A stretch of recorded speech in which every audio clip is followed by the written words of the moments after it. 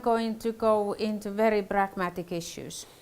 One of the challenges we set up for us a year ago was to take the very first step in order to create the way to measure resilience.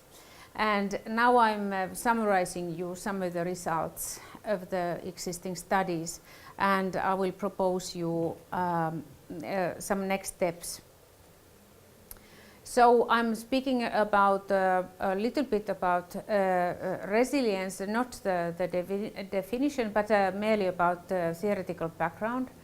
Then about research question, and then I summarize on one slide the results of all of the studies we have done, and then I propose that what should we do next.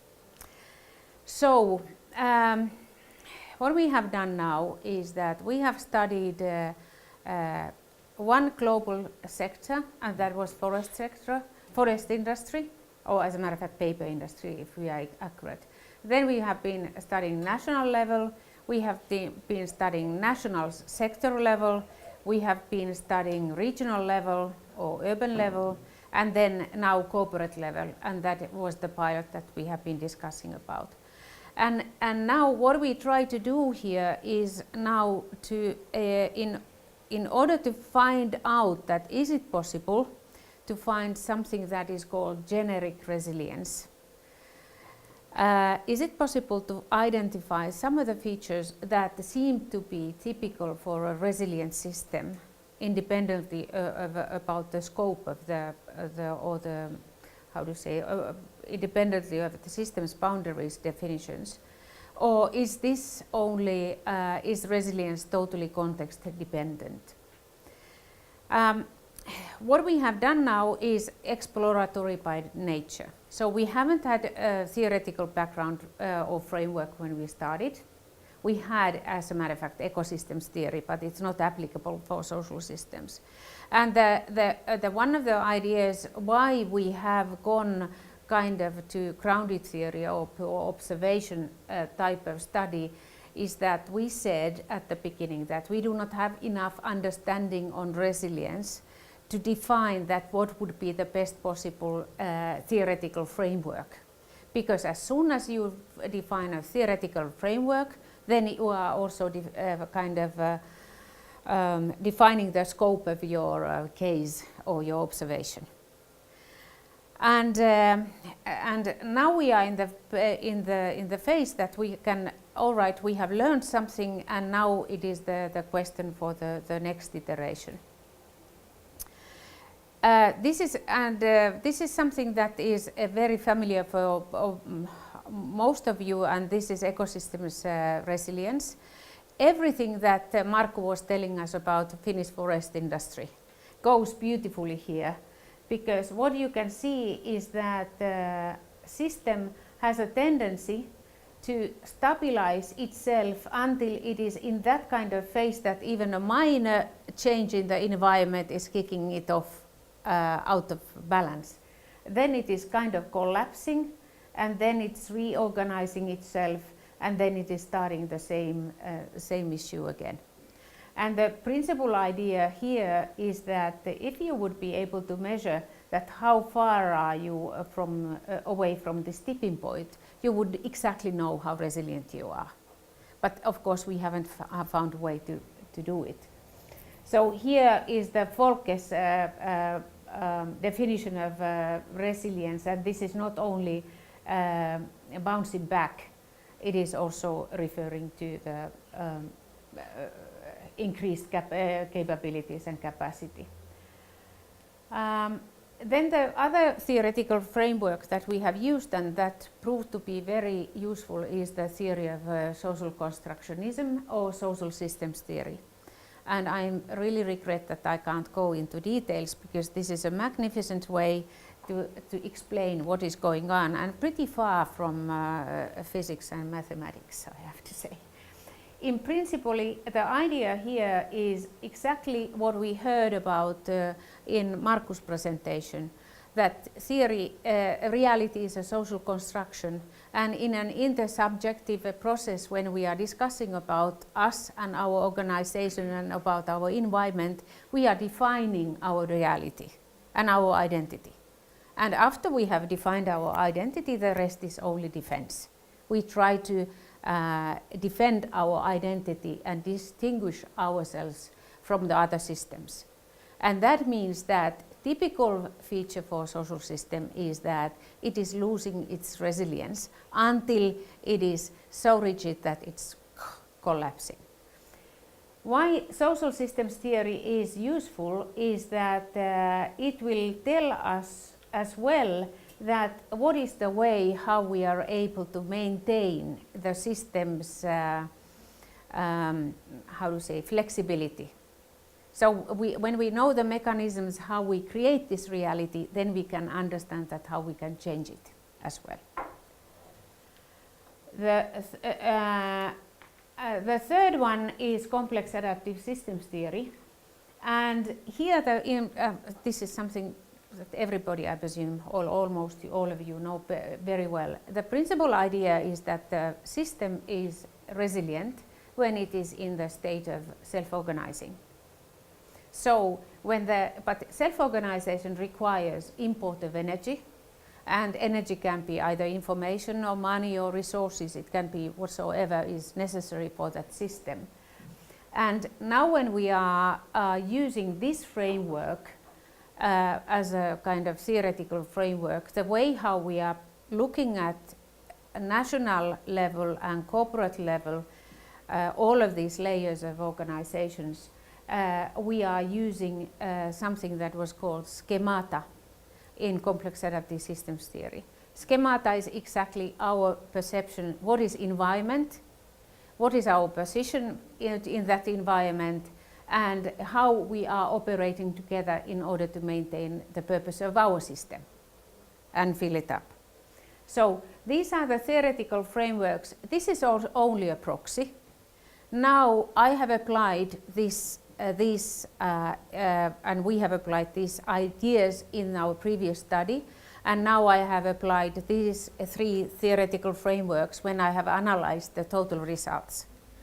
This does not mean that it is the whole truth, but this is something that we can go on.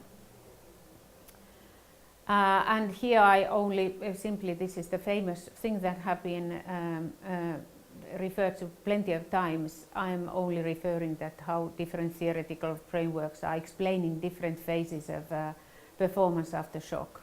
Here we are speaking about generic and specific resilience, and this is a big issue, and there is plenty of literature about this area. So there are two different kind of fields. It depends on the writer that what is the balance and how they have been met. But my personal focus is on generic resilience. The problem of this type of kind of bottom-up qualitative research is that, especially when you do not have a well-tested theoretical framework, that how to maintain the high quality value and validity of your research instead of going only to the easiest interpretation and solution. And that's why we have used multiple methods. And that's why we have 4 layers. As we have heard yesterday and today, we have 2 different kind of approaches that are serving complementary and serving beautifully each other. The other one is this qualitative issue where we try to understand that what builds up resilience and what are the sources and vulnerabilities that have a great impact on organizations' resilience. The other idea or other line of research is what Jose and Chihiro with his team are doing. They are studying the performance and looking at that what type of organizations, what organizations seem to have a capability of resilience to survive and maintain or bounce back to the certain kind of performance level.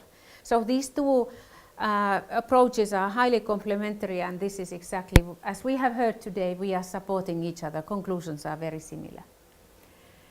I don't go, we have used several different kind of methods. Some are better, some are worse.